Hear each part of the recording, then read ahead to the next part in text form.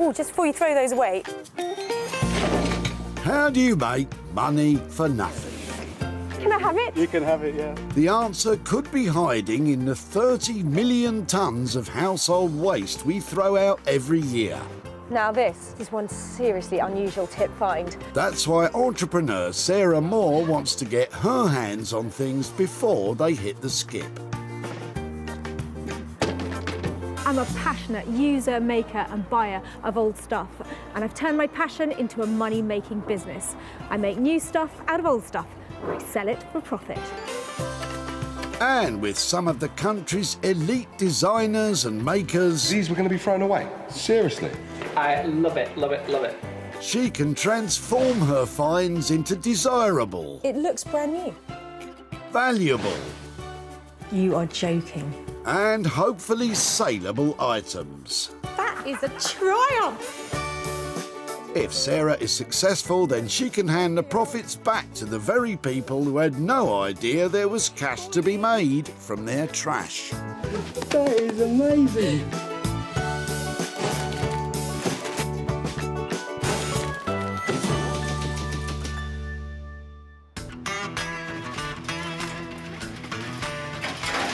Sarah's in Surrey today at the Whitley Recycling Centre, searching out 3 items that she can take, transform and trade, making cash from old trash. Wonky sideboards, stop clocks, occasional tables, legless chairs. They can all be made marvellous and all make money. All I've got to do is find them. Sarah's been given special permission to be here at Whitley, so please don't go raking your local rubbish tip. Leave that to the experts. I can tell the quality of your rubbish. You've got superb quality rubbish. Like a hat. Oh yes, there's all manner of things at the tip today, and it's not long before Sarah spots Jason with a boot full of potential profit. You've got some nice pieces of wood and bits. What is it, a new kitchen? This is an old part of the sink that we took out. We put a new sink in. I like And that. I've just had no use for it, so I'd be really happy if somebody used it. Let's have a look. Yeah, okay. Sarah's eye has been caught by a fresh piece of untreated oak that's been left over while making new kitchen cabinets. That, I think, rudely so. I don't know that. Okay, but yeah. that looks lovely. That's the coffee table in the waiting, isn't it? Could be. There you go. Anyway. Thank you very much for letting me have this bit. I'm loving the fact that it feels so chunky, and Yeah. I've got lots of people who really make lovely things out of Yeah, natural wood, and yeah. they'll be really pleased to see this. Yeah, fantastic. So hopefully I'll come back and show you what I've done, and maybe even turn up with some profit. Yeah. Thank you ever so much. Come on then, Jason. What do you think will become of that large chunk of oak? I looked at that and I thought I could possibly make a coffee table out of it, but my hands are hurting after all of this work, so I just ran out of steam on it. So it's really great that somebody else could do something with it. So this lovely chunk of oak has got everything about it that needs to be recycled. It's solid, it's in one piece, it's new, it's untreated. So given all its great qualities, I know exactly where this is going, and I think there's some potential profit in this because it's a big, solid piece of English oak. It is indeed. Sarah knows where she's taking that, but it's not perhaps where you'd think. Artist blacksmith Bex Simon is an expert in manipulating metal into high-end furniture and bespoke metalwork commissions. Together with husband Dave, this formidable team has the skill and imagination to create something special from any old iron. I seem to find inspiration in pretty much anything and everything. And then the passion is to create and build and design, which I just love. It's incredibly satisfying. It's really nice. The love of bending and shaping metal is understandable, but what exactly will a blacksmith do with a huge chunk of wood?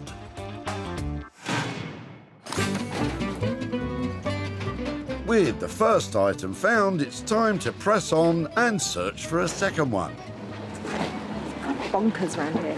Look at them flooding in. When it's this busy, you have to keep your eyes peeled.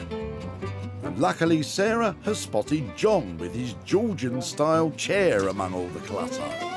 I like your chair. Well, it's the elbows have gone. Okay. It's a... We were going to get it refurbished, but then we decided just to dump it. It is tricky, isn't it? Because it's quite a lot of money to get them reupholstered. It is. And if you don't love it, then Yeah. So tell me, how long have you had it? Where did it come from? I think we've had it for about 6 years. We got it from a friend of my wife who's an artist. It's got a really lovely shape about it. Is it comfortable? It's very comfortable. Can I have a go? Yeah. It's lovely, Yeah. isn't it? Yeah, it's good to sit in it. I think it's lovely. Can I take it away? You certainly can. Thank you so much for letting me have it. Would it be right just to help me over there? Yeah. Georgian furniture is a style which dates between 1714 and 1837 and was made popular by designers such as Thomas Chippendale and Robert Adam. The style of John's old chair fits this Georgian period with high sides and delicate features. But what does he think Sarah could do with it? I would imagine where there's a will in the way that you could refurbish it, and then I think it would look really good. And I'll be interested to see how good it does look. I think this chair has got a fantastic look. It is actually reproduction, I think, but it's cool because look at all these curves. There's a lovely shape to it. Reupholstered, it is going to look fantastic, and I know exactly who to take it to.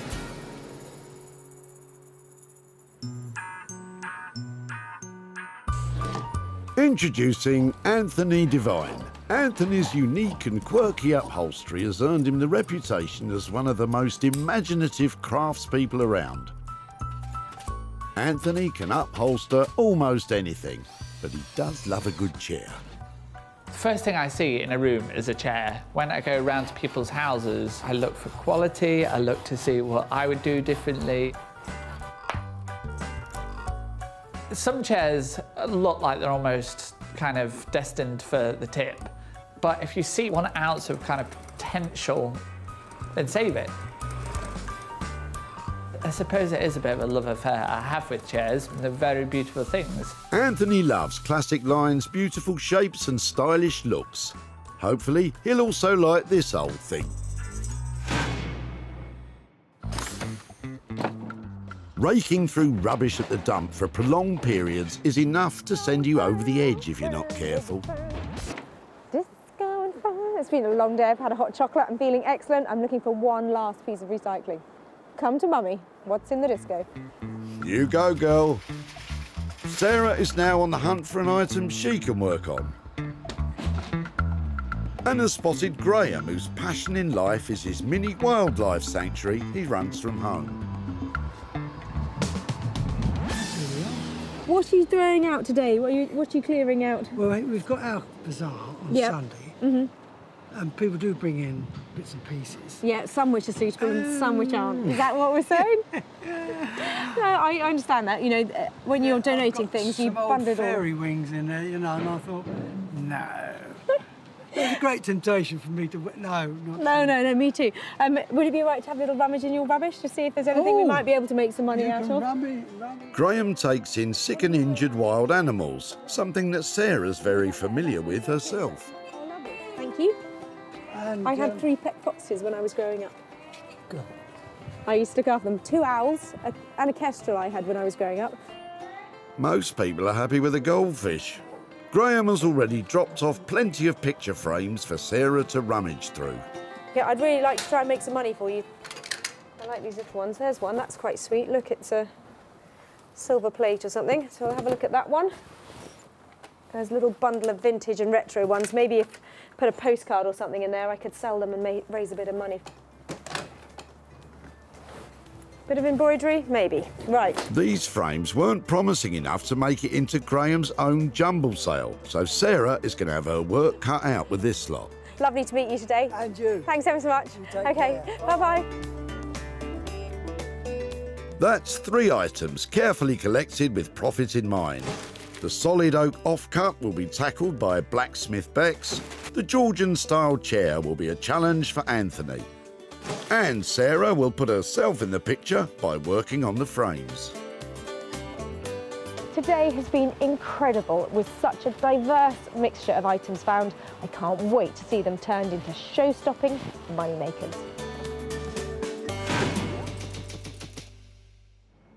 Sarah's first stop is deep in the heart of the Surrey countryside. So tranquil.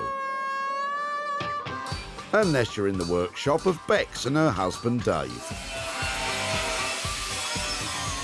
So I used to feel quite nervous about what Sarah was going to bring round for us to, work with, but now I've sort of become a bit more to expect the unexpected. I'm glad she feels that way, as Sarah's about to drop off a lump of wood to a specialist metal worker. So you find a big chunk of oak and you immediately think, well, I did, let's take it to the blacksmiths. I really need some help with this piece. I know that Bex and Dave come up with all sorts of ideas all the time. I just need one of their really good ones to turn this big chunk of English oak into something really saleable. I'm looking forward to seeing what she'll bring today. In fact, we'll probably go and find some other junk to help try and upcycle these bits with. How are you doing? How are you doing? Look what I've got. It's wood. You got wood. You all right? I'm really well. How are you doing? Come put it down here. It's quite heavy. It's a nice piece of wood. Yeah, I think it's that way up. I thought because it's so beautiful, I love the kind of matte quality of the wood. Yeah. I was just thinking with some of your beautiful shaped legs on it, I was wondering about having something, quite industrial looking like nuts and bolts or something, maybe like coming through it or... So say if it's round, you could have like just 3 and it's sort of self-balanced. So they're piercing the top, sort of that. Piercing sounds great, doesn't it? Yeah, you want that. It's either kind of a javelin shape, so they're getting sort of thinner. Maybe you could do that. If it's piercing it, maybe it sort of gets slightly thinner at the bottom and then a big chunky bolty thing at the top. Yeah, because you'll have a flat bit with the bit coming through and it's sort of balancing on three legs. Industrial-looking legs. I've got a pair of them myself. But this table will need 3, so how much will it cost for each leg? Say 60, and then we can sort of fiddle about and, make something really nice and it would look like a really good interiors piece, That's £180 in total for the 3 legs. Now, what's the plan for the wood? I'm wondering, are you okay to cut wood or do you want me to get this delivered to you in a certain shape? What would be easier? We worked out between us what shape, and then, that would be good. I could make a template, so that would be fine. Love your enthusiasm. I love yours. Let's make a plan for the shape then, and Okay. I reckon we're fairly simple solution to that. Brilliant, well done. Yeah, no, marvellous. Once the shape is agreed, Sarah's going to organise getting the wood cut, while Bex takes care of the javelin-shaped legs. Brilliant, you have that, that, Thank you. and that, Right. and I'll take the wood. All right. then. Okay, keep in touch, yeah? See you later. Bye. I think it's going to turn out a really, really nice, sort of quite classic little piece. So looking forward to making that. To get the fire started. Bex has got her work cut out with the legs and I've got my wood to cut out. I think this table is going to be sweet, saleable, and I think we'll make a profit. With £180 already dedicated to the legs and the cost of preparing the wood still unknown, can this adventurous table live up to its price tag?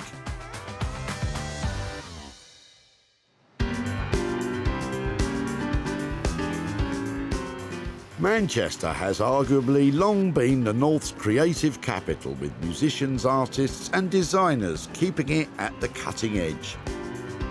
So it's no surprise that master upholsterer Anthony is on the lookout for something fashionable.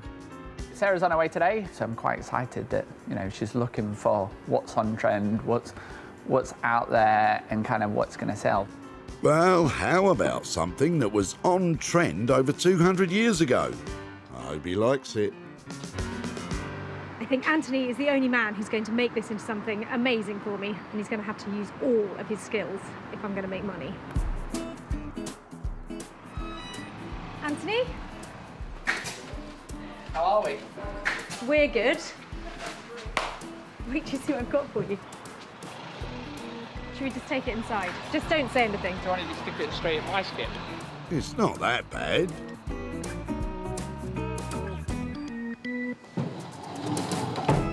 It's not a little gem, is it? It's a big something, not a gem. Anthony really isn't sold on it, but I'm sure that Sarah can talk him round. It has potential. I've got a really good idea for it. Okay, just bear with me on this and see if you think it will work. How about cut it in half, stretch it out, make a fantastic Georgian sofa out of it? Brilliant. Let's do it. Really? Is that possible? It's not just quite as simple as cut it in the middle. What would the process be? Well, do away with everything between this gap. So, by chopping the chair in half, retaining the Georgian-style sides and building a new middle section, the small seat will become a large couch. I like the stretch part of it, I have to say. That sounds fun.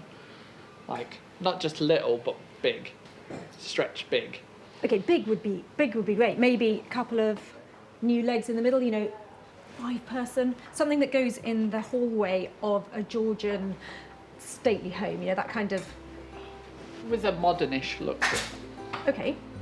I can see you buying in already. Yeah, A little bit of enthusiasm for it. You can do it. It's coming. I am almost overwhelmed with the enthusiasm, but how do they intend to cover this monster of a sofa? Colour-wise, I don't know. It's either beautiful light linen or it's very dark. I would go dark. Yeah, dark velvet. But then, you know, maybe we should just have like a nice chic fabric on it. A country cottage sofa. No. A 5-seater sofa in dark velvet sounds expensive. Is it, Anthony? It's going to hit just under £1,000, realistically. But then it's going to be a whopper. I mean, it might even take a few people to carry this bad boy out. I mean, it really is going to be a substantial size chair. I'm happy to leave it like that. I can't wait to see it. Sarah seems happy her radical idea is underway. Well, I think that is an excellent plan for that old chair, and between us, I think we're going to create something that looks absolutely amazing. But at a shade under £1,000, that budget is quite punchy. It better look fabulous. It's never just simple. It's never like, oh, Anthony, I've got this perfect chair for you. It's nice and light. Just a bit of fabric on it, please. And we won't argue about the budget. Everything's good. Do me proud. I'll come back for it. Not tomorrow. I'll give you at least a week or two to do it. Run over. Glad you got that off your chest. Anthony is working with a budget in the region of £1,000 to turn this seat into a stretched out sofa. Will this job test the limits of even his skills?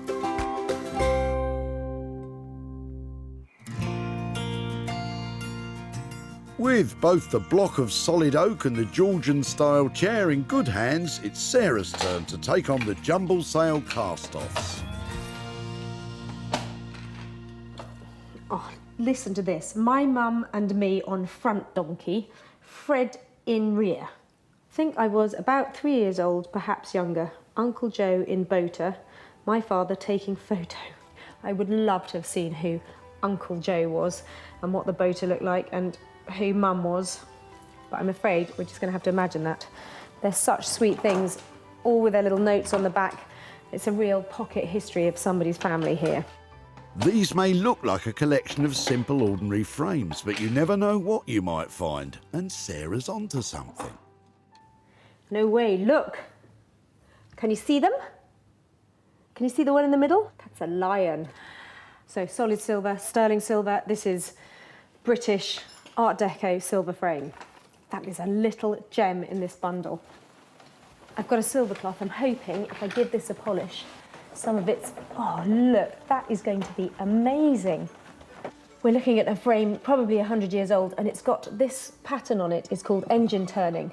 Great spot, Sarah. Engine turning is the decoration of metal or ceramic objects with fine geometric patterns, similar to the patterns found on banknotes. Well, that is looking a lot better.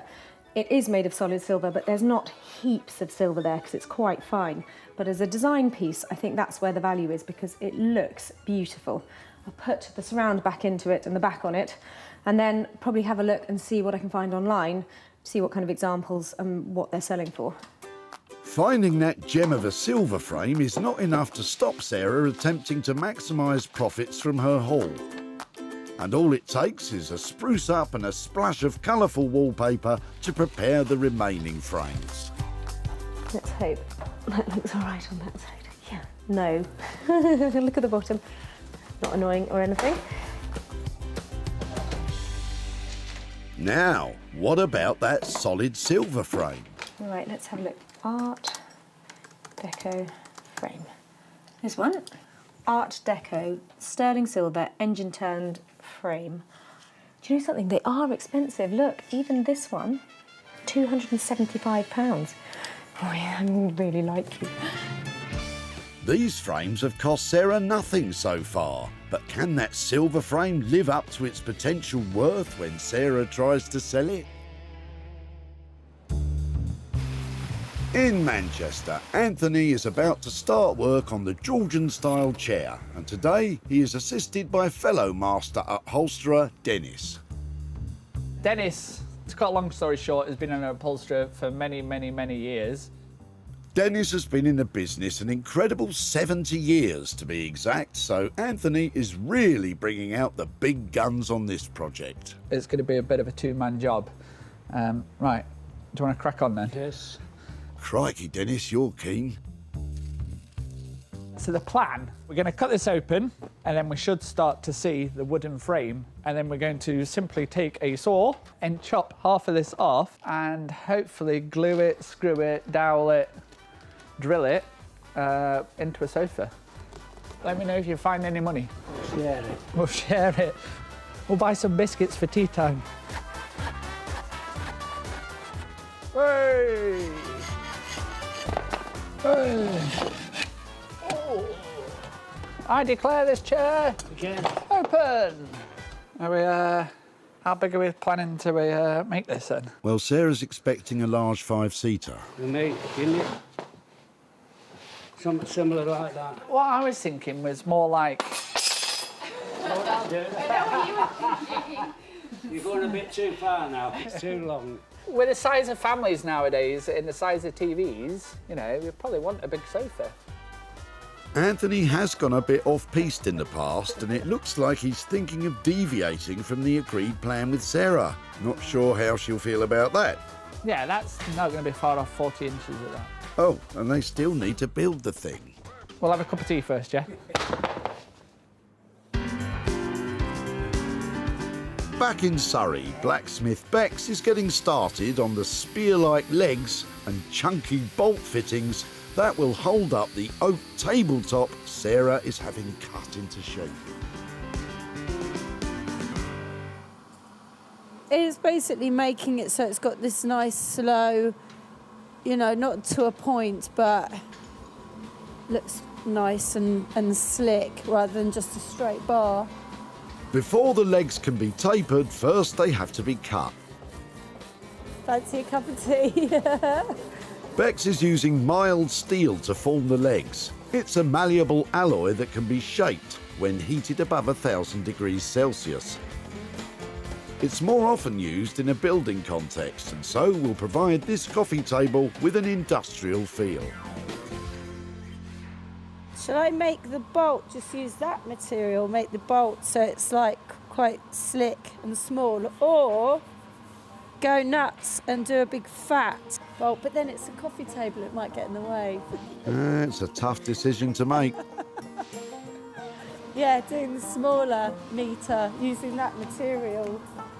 So, small and elegant is the way forward, and she can check out her design against the tabletop as Sarah has now returned the chunk of oak all shaped and finished. Oh wow, it's like a giant kidney bean. Oh, it's really nice, look, with her dirty hands. No, it's got a really nice shape. It'll go well with the legs. We haven't told her that we're going to countersink, you know, the nuts and stuff. So, you know, rather than it looks like they're sort of plonked on, they're going to be, you know, set in nicely with a little top. So it's a really nice detail. With the top ready to go, Bex concentrates on putting the finishing touches to the metal legs. with a bit of help from Dave's pants. Quite a few. Actually, there's a new pair that I've been planning to bring in. So when they start to look a bit like a skirt. Perfectly good underpants, then. I don't know what she's doing with them in here. 4 or 5 years in them. Very unflattering, dear. Very unflattering. Poor Dave. Now all that's left to do is drill and stain the wood, fix it together and then show Sarah. I can't wait to see this one. Hope she likes my nuts. Anyway, so mature. Right. Back in Manchester, there's been a small change of plan at Anthony's place. So originally we talked about doing it in an indigo kind of deep blue colour, but now we choose this kind of tulipy colour. But I'm not sure it's going to be one of Sarah's favourite colours, I've been told. Brave man, Anthony. Also, that sofa looks a lot smaller than the 5-seater you promised Sarah. How big is it? We cut it in half, and then we've now rebuilt it all. So we've kind of gone for, I think it's just under 54 inches wide in total. There was no scientific way of doing this. We basically clamped a bit of wood down and we stepped back and went, and then we had a position, come 2 people get on there. That's it, that's how we did it. And it's basically a chair, but just wider. Yeah, but that's very different from a large sofa. It's all about the sound. They're getting the right tension. So we're going to put another probably half a dozen this side, another half a dozen that side, and then we're going to weave them across. I can't stop twanging. Weave them across, and then opposites, and then individually, they're quite weak, but collectively, when they're all woven, they become nice and strong. Oh. The one pressure that we are under is just make sure we get it finished in time for her ladyship arriving. But it's so addictive. It's the wrong size, the wrong colour and potentially unfinished. But at least you'll be able to play Sarah a tune, Anthony.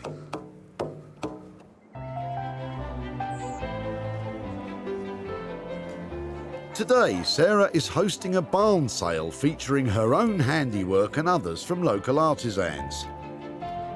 And there's interest in some of her refurbished picture frames. I think they're absolutely beautiful and they're just what I was looking for. Can I give you £10? Really? That would be, yes, it would be my pleasure. Okay, I'm delighted with them. Oh, lovely, excellent. Come with me to the till. Thank you. That's 2 frames sold, and if the others don't sell today, they'll be going straight online. Sarah's now concentrating on getting the best price for her star item, the solid silver frame.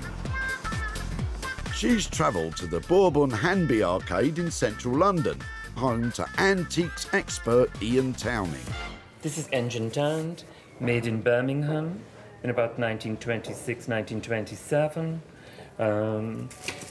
What is important, the silver is in good condition. Okay. You know? If that's in good condition, there's a chance we can do something with it. You know, because they're beautiful pieces. With the silver being undamaged and Ian recognising the potential, he was keen to make Sarah an offer. If if I was selling to an end user who was looking for a christening present or something like that, I'd be looking for different money. But I think that's lovely of you to make that offer. Okay. So I think I'm going to say, I'll take your offer. You take my offer. While at the dump in Whitley, Sarah spotted Graham with a boot full of jumble sale rejects. And people do bring in bits and pieces. Yeah, some which are suitable and some which aren't. Is that what we're saying? He was raising money for his animal sanctuary, and these frames didn't make the cut. Lovely to meet you today. And you. Thanks ever so much. Okay, bye-bye. After some TLC, a barn sale at home was the perfect place to sell the simple frames. But the silver star of the show was taken further afield. Sarah's now returned to Whitley to show Graham what became of his jumbled junk and to hand over the cash.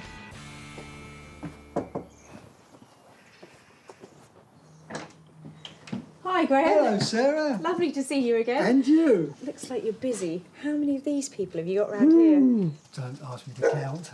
When I last saw you, you were having a big clear out of stuff before a sale, is that Just right? a bit, yeah. Yeah, and how did the sale go? Very well.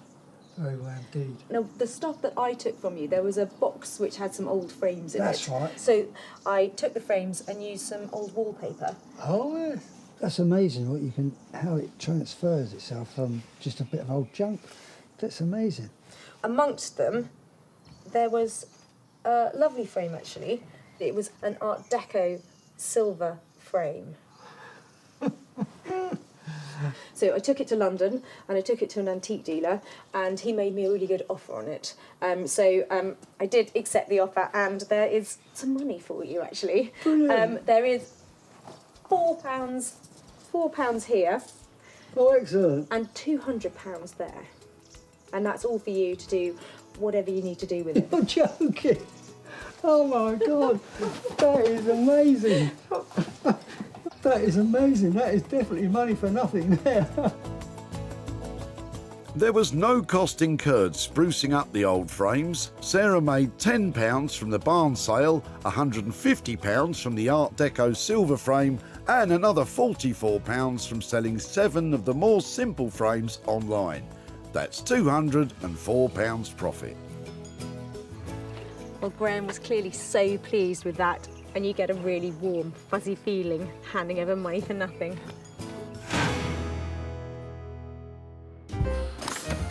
Buoyed by the success of the sale of the frames, Sarah's back at the workshop of Bex and Dave to see the fruits of their hard labour.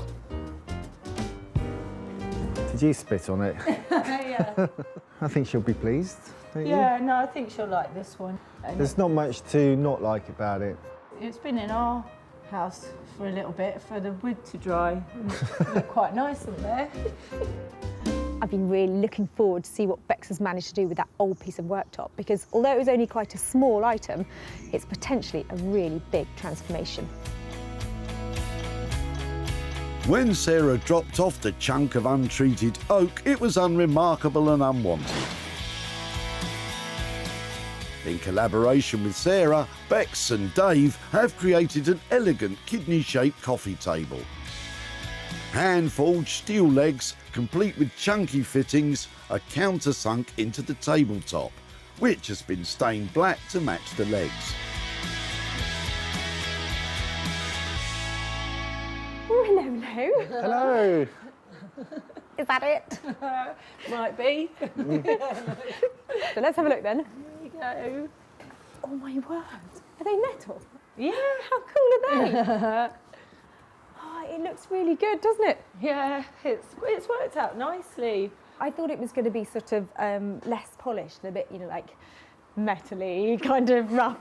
It's really fine. So tell me, was it a good thing to do? Was it a nice make? Yeah, no, definitely, because we got to do a bit of forging on it. So we made the nuts and we made taped the legs down just to have that nice sort of, you know, clean shape going down.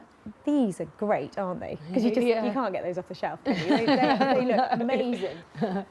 I think I cunningly chose a 3-legged table because we were paying by the leg, weren't we? Like 60 quid a leg. Anywhere near that? Yeah. It's about right. By the time, you know, you've messed about with the wood, you know, got it all working and nice, it's about right. It's very cool. I'm glad you like it. I think it's a charming thing made out of something that was, you know, scrub top utility piece of wood. So I'm really pleased with that. Thanks Brilliant. so much. Thank you. Always lovely to see you. Yeah, How heavy is it? It's not too bad. Not too bad. Not You'll too be bad, that's what we okay. always say. Take care. See you later. Bye. There's always the question of what other people will think of your work. Yeah. Yeah, no, it's really good, and she was really pleased, so that makes us really pleased. You're wearing my hat. Yeah, all right. My hat now. Those guys just pull it out of the bag every time. Look at the finish on that. It's fantastic. When Sarah spotted Jason at the tip in Whitley, she immediately spotted potential. You've got some nice pieces of wood and bits. What is it? A new kitchen? This is an old part of the sink that we took out. We put a new sink in. Jason was quick to catch on with ideas of his own. I looked at that and I thought I could possibly make a coffee table out of it, but my hands are hurting after all of this work, so I just ran out of steam on it. Fortunately for Sarah, it was full steam ahead when the finished coffee table was offered for sale, and it was soon snapped up by a vintage and retro retail outlet in London.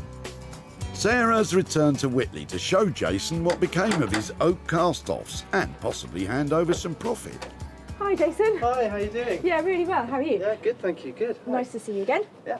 I said at the tip that it would be great to catch up if I'd managed to do anything with your chunk of oak. So I'm here. I'm here. Yeah, we great. actually managed to use it. Do you want to see what we did? I'd love to, yeah, this sounds great. So that's how it turned out. Wow, that's unbelievable, isn't it? That is great. I honestly just thought it would be just a nice square oblong of, that's what I was going to make. Yeah.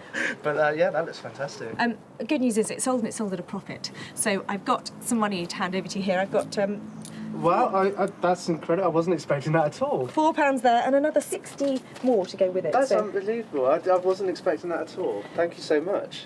So This is unbelievable, yeah, 64 quid. Yeah. Any ideas what you do with £64? There's a lot of things I'd like to do with it, but my children might have a different idea about what I can spend it on. But yeah, no, I'm sure we'll find something fun to do with this. Excellent. A day out, I should think, at least, yeah. Well, thank you so much for all of your time and for letting us come back and show you what we did. Thank you. Take care. Thank you. Bye-bye. Sarah spent a total of £206 on the coffee table, £180 for the 3 hand-forged legs from Bex. The cutting of the wood cost £6 and £20 was spent on wood stain.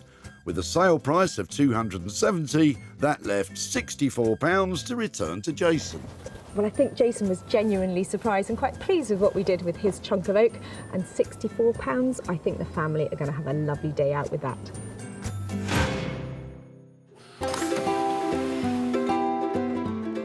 In Manchester, Anthony's been in a race against time to complete the Georgian-style chair he was tasked with converting into a modern 5-seater sofa. So Sarah's on her way and we're done, and with moments to spare. Obviously at the start we were talking big ideas and big sofas. We still have a big idea and now we've just got a smaller sofa. Well, I left Anthony with a lovely sturdy old chair. I know he's going to turn it into something big, but to make money, it's going to have to be beautiful.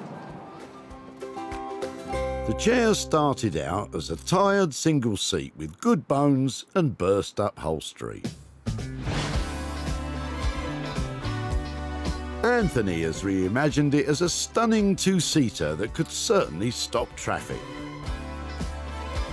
The new seat has been built from scratch and covered in a tulip pink velvet with hand finishings. The couch also boasts a deep button detail across the back. It's nice, but Sarah's expecting something quite a bit bigger. This could be interesting. Oh my word. Is that our chair? Yes. I think it's a thing of beauty. Good. I think that it's a striking transformation. It looks better than that chair that was dropped off by so much, doesn't it? Yes. Phew, that went quite well, really. Still, there's a bit of explaining to do, Anthony. I thought it was going to be like a stretch limousine. know, What but- happened? It's a bit more compact than... We had to make it sellable, and this is a good sellable size. If we got all daft and started making it, 16 foot long, then it wouldn't fit in my house. Probably a fair comment. Well, I don't want to say you're right too much, but I think you might. Keep going, keep going. I think you might have been right on this one.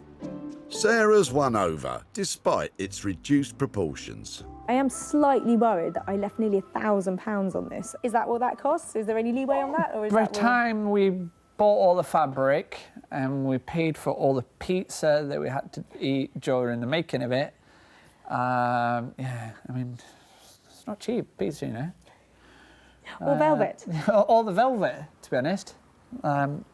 So you're telling me that that's... Yeah, the budget's that's... gone. Budget's gone. Budget's gone. I think you've done well, OK? If you can get it wrapped up for me, I'm going to get that taken away and whisked off to some boutique somewhere, probably near here, and say thank you very much. Thank you very much.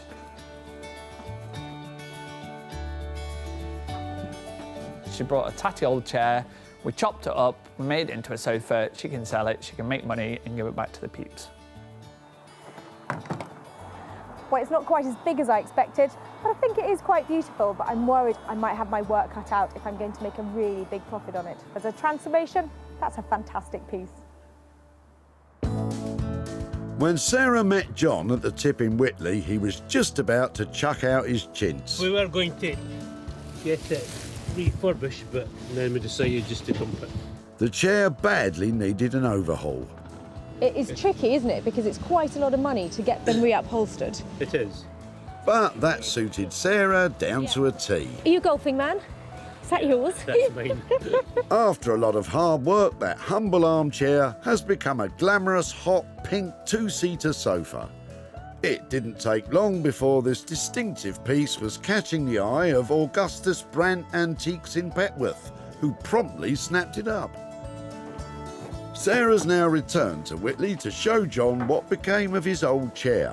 But will there be a profit to hand over too? Hi there. Hello. Nice to see you again. Nice to see you again. How are you? I'm good, I'm good. I took your chair from the tip. Is this where it came from? Yeah, it was in the main room. We used it quite a lot, and then the arms went. So there's good news and bad news. Because it was so sturdy, it actually got cut in half. You cut it in half. Do you want to see what we did with it? Yeah, brace. Okay. Here is your chair in its new incarnation. I never imagined for a second that, I thought they would recover it and it would look something like we had before, but you would never have known by looking at that. It was the same chair. Well, there was a reason why we did that to it, because as a chair, as a process to recovering it, it is it's an investment to have a piece recovered. And what we want to do is try and stretch it a bit and hopefully get some more money for it. And so we sold it at a profit. I have got £215 here for your old chair. Thanks very much. Absolute pleasure. I am now not taking things to the dump. I'm now thinking, where can I take them to get them fixed? So it's £215. What are you going to do with that? Well, I'd like to think I'm going to get more golf lessons, but my wife will probably say she's going to have it for the house. Oh, really? Yeah. Oh, well, something towards a new chair, maybe? Something towards a new chair.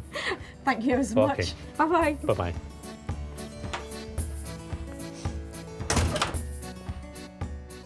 The original budget Anthony quoted for the work was in the region of £1,000, and he managed to do it for £985.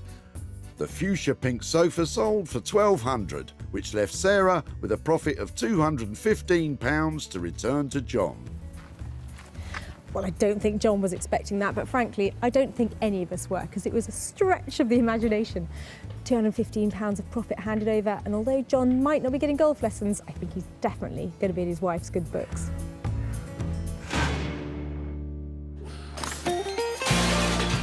Sarah salvaged 3 unwanted items from the Whitley Recycling Centre. The chunk of oak was turned into a classy industrial coffee table. The tired old Georgian-style chair is now a magenta marvel. And a collection of old frames with a silver hidden gem. So who knew that a few bits of old rubbish could generate so much enthusiasm, creativity and hard cash?